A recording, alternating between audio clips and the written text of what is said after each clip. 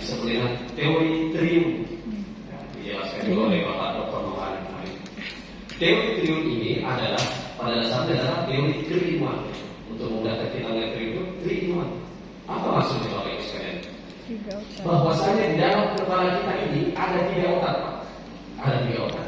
Pertama ada yang disebut dengan otak reptil atau otak reptilia. Yang kedua ada yang disebut dengan otak neokortex atau otak berpikir. Yang ketiga ada yang disebut dengan otak mamalia. Mohon Pak Dokter diarahkan terlebih dahulu sana. Ada yang ketiga namanya otak mamalia. Otak reptilia ini adalah otak yang merespon ketika kita sedang marah, ketika kita sedang stres umpamanya, ketika kita sedang sedih, sedang apa. Maka otak reptil ini akan memberikan rasa aman, Pak. Kalau istilah atau pemahaman sebagai satpam. Ini otak reptil ya. Jadi ketika kita sedang marah dan ketika kita sedang sedih umpamanya, maka otak reptil kita yang berjalan, Pak. Dia semacam safety guidance, ya, semacam safety guidance kepada kita. Makanya hati-hati kalau ada di antara kita sedang marah atau berhadapan dengan orang marah. Karena kenapa? Orang yang marah, orang stres, orang yang baper, itu otak reptilnya sedang berjalan, Pak. Ketika kita menjawab dia atau marah ke orang marah itu, dia akan mempertahankan diri. Itu karena berjalan sistem pengaman tubuhnya, pengaman pikirannya. Berjalan otak reptilnya, dia akan merasa saya harus melindungi diri. Kalau caranya dia akan melawan, Pak, karena otak reptilnya jalan. Pada dasarnya otak reptil itu dia bekerja di bawah alam sadar, Pak. Di bawah alam sadar. Itu yang pertama. Yang kedua, otak neokortex. Neokortex ini adalah ketika kita biasanya merasakan bahagia, nafsu keinginan, merasakan bahagia, senang, yang berada di lingkungan sosial, maka yang bekerja adalah otak neokortex kita, otak berpikir kita, dan inilah 80% aktivitas otak kita itu yang bekerja adalah otak neokortex.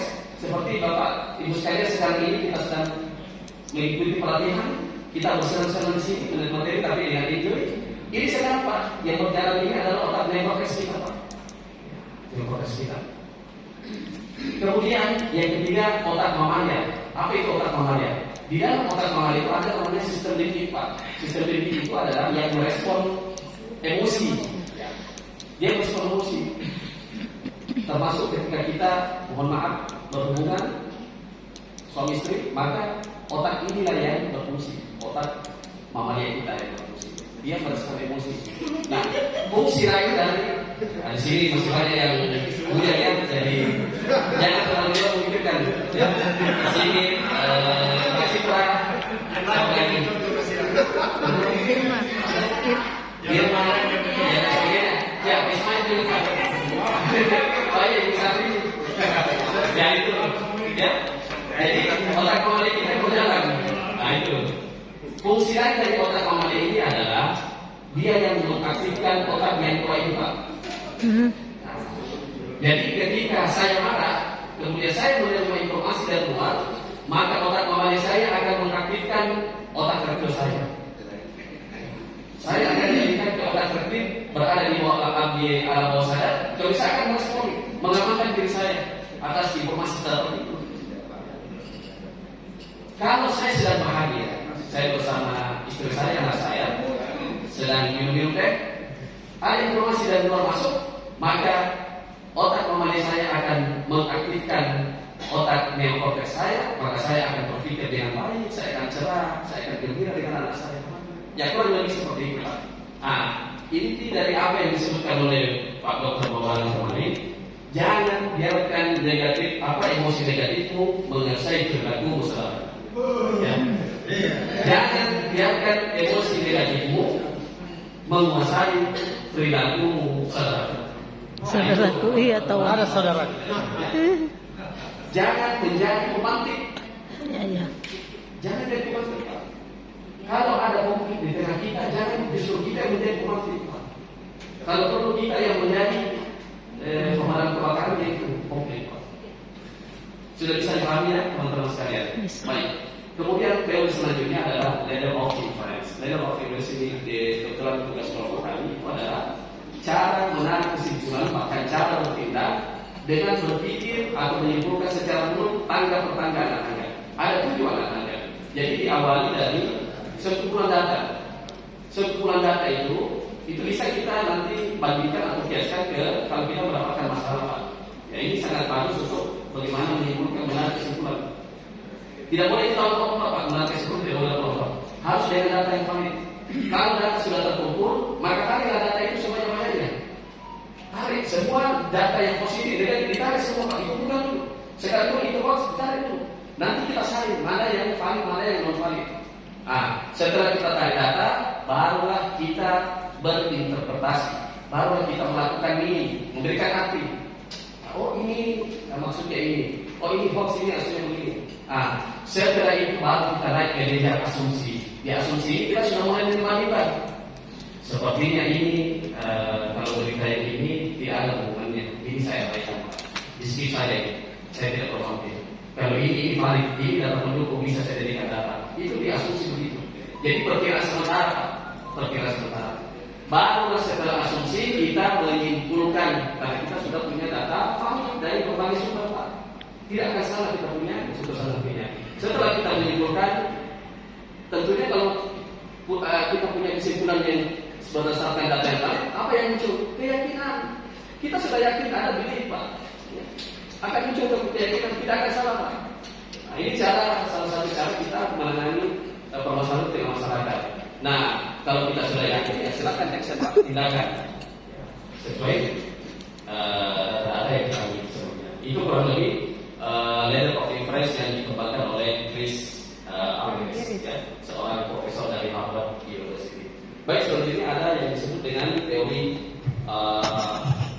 bias kognitif, ya, atau biasa disebut dengan teori bias kognisi. Bias kognitif ini adalah yang dimaksud teori ini adalah teori kesalahan dalam pemikiran. Jadi kesalahan dalam pemikiran. Apa maksudnya? Teori kesalahan dalam pemikiran ini biasanya disebabkan oleh sumber data yang tidak valid. Jadi ini sangat erat hubungannya dengan teori level of inference. Sangat beririsan, sangat besar irisannya. Jadi tanpa data yang akurat kita menyimpulkan sesuatu. Contoh yang paling gampang, kita langsung masuk contoh. Saya berjalan di sebuah jalan Pak. Kemudian saya bertemu dengan seorang bapak tua memakai jenggot Pak. Jangan tersimpulnya pakai jenggot Pak. Contoh saya yang pakai jenggot, memakai kopiah. Kemudian mohon maaf di dahinya ada 4 sini Pak. Memakai segala contoh saya Pak. Kemudian memakai celana cingkrang, maka apa yang terbelah di hati kita tentang orang kira-kira apa Pak? Ya? Kajiannya. Ya.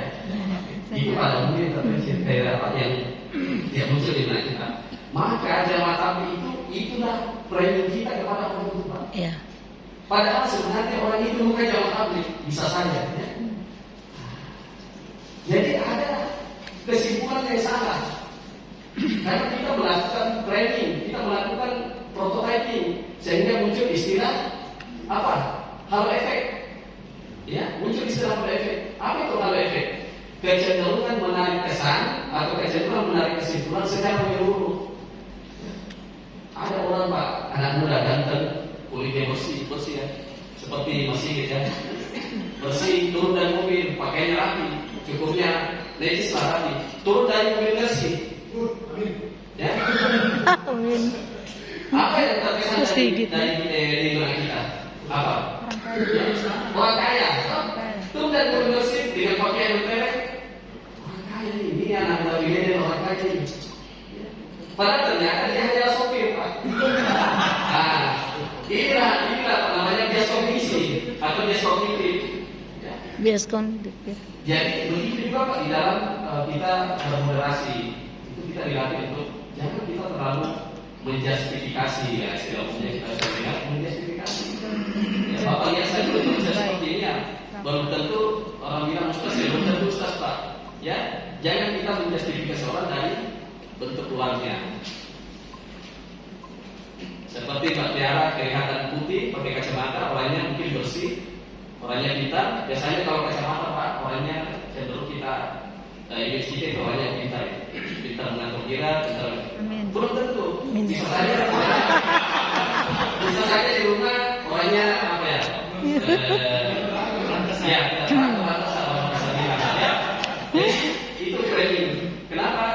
Ya penampilan bisa dibuat itu apa? Ya, itu fake, palsu, penampilan kita yang palsu. Oke. Kemudian teori yang terakhir adalah teori U. Menyakitkan Jadi, contohnya. U teori.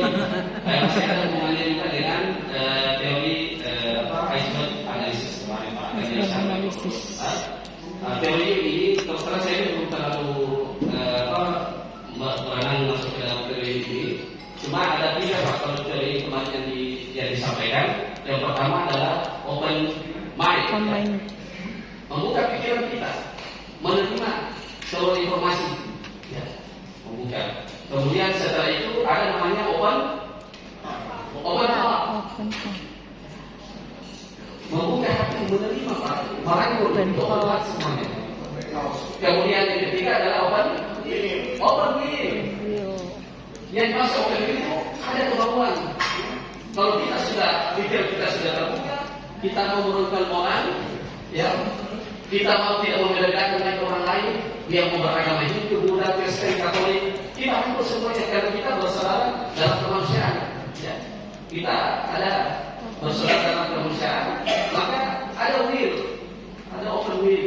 Kita mau berbuat kebaikan itu. Kita mau menjalin hubungan persaudaraan yang baik.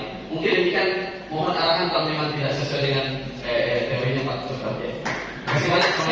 Waalaikumsalam warahmatullahi wabarakatuh. Assalamualaikum warahmatullahi wabarakatuh. Kita boleh fokus